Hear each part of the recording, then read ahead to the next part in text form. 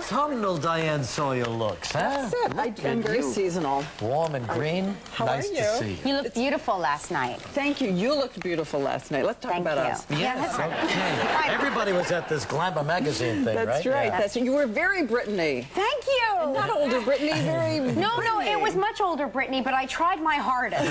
It just goes to show if you put enough foundation on anything, it will eventually look 10 years younger, which was great news for me.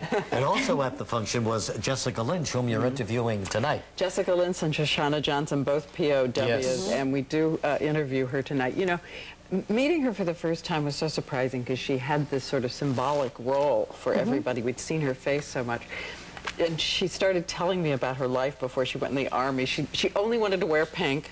She put her clothes out every night. She'd never seen a beach. Still hasn't seen a beach. Didn't go to a big shopping mall until she was a senior in high school. Wow. And joined the Army because she wanted to see what was on the other side of the West Virginia hills. And boy, did she see the other side. How's she handling all this?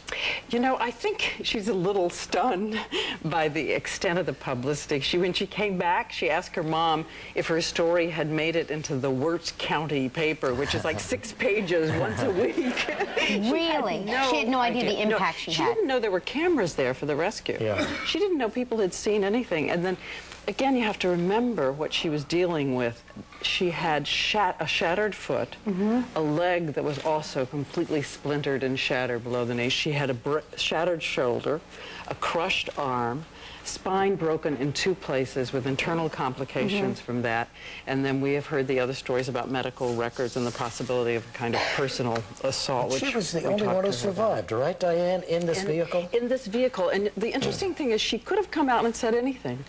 That she was heroic and that she fought to the end, and she took a whole group of Iraqis with her, and she said, no, I am never going to take credit for what I didn't do, that I put my head in my hands and prayed to God to save us. And she said, the heroes to me are the others in that vehicle and the ones who came to rescue her. So she probably feels she's getting too much attention now. I think she does, and some of the reporting has been so wrong about her, and I think she said it hurts her to know that that's being reported about her. What has been wrong about her? Well, some of it said, in fact, that she was a Rambo. Right. Yeah. And she said, that's so hurtful when I know what I did and I know who really was a hero. You know, one of the things we do, we go back to Iraq, and we go and we find, she opens her eyes in the hospital. She remembers a lot, by the way. Right. She opens her eyes in the hospital. We have the doctor who was there when she opened her eyes.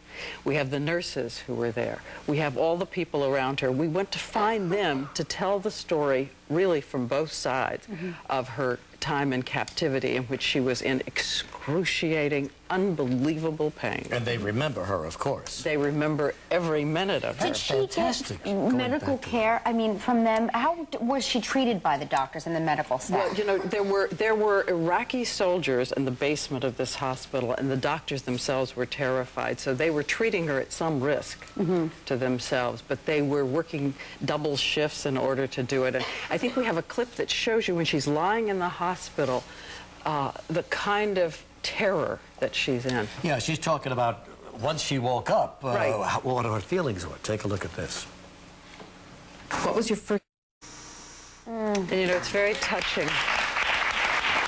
She says that she had trained herself as a kid to go to a happy place. That was her idea, go to a happy place. And she would go to a happy place and dream of Taco Bell. And she would dream of the West Virginia hills and dream of what she needed to do to will herself to stay alive, to get back home. It's It's a some fascinating story. that's And for you've got the exclusive on it tonight. 90 minutes of prime time. It airs tonight on ABC at 9:30. All right, Kelly on the trapeze next. Diane Sawyer, you've done it again. You have done it again.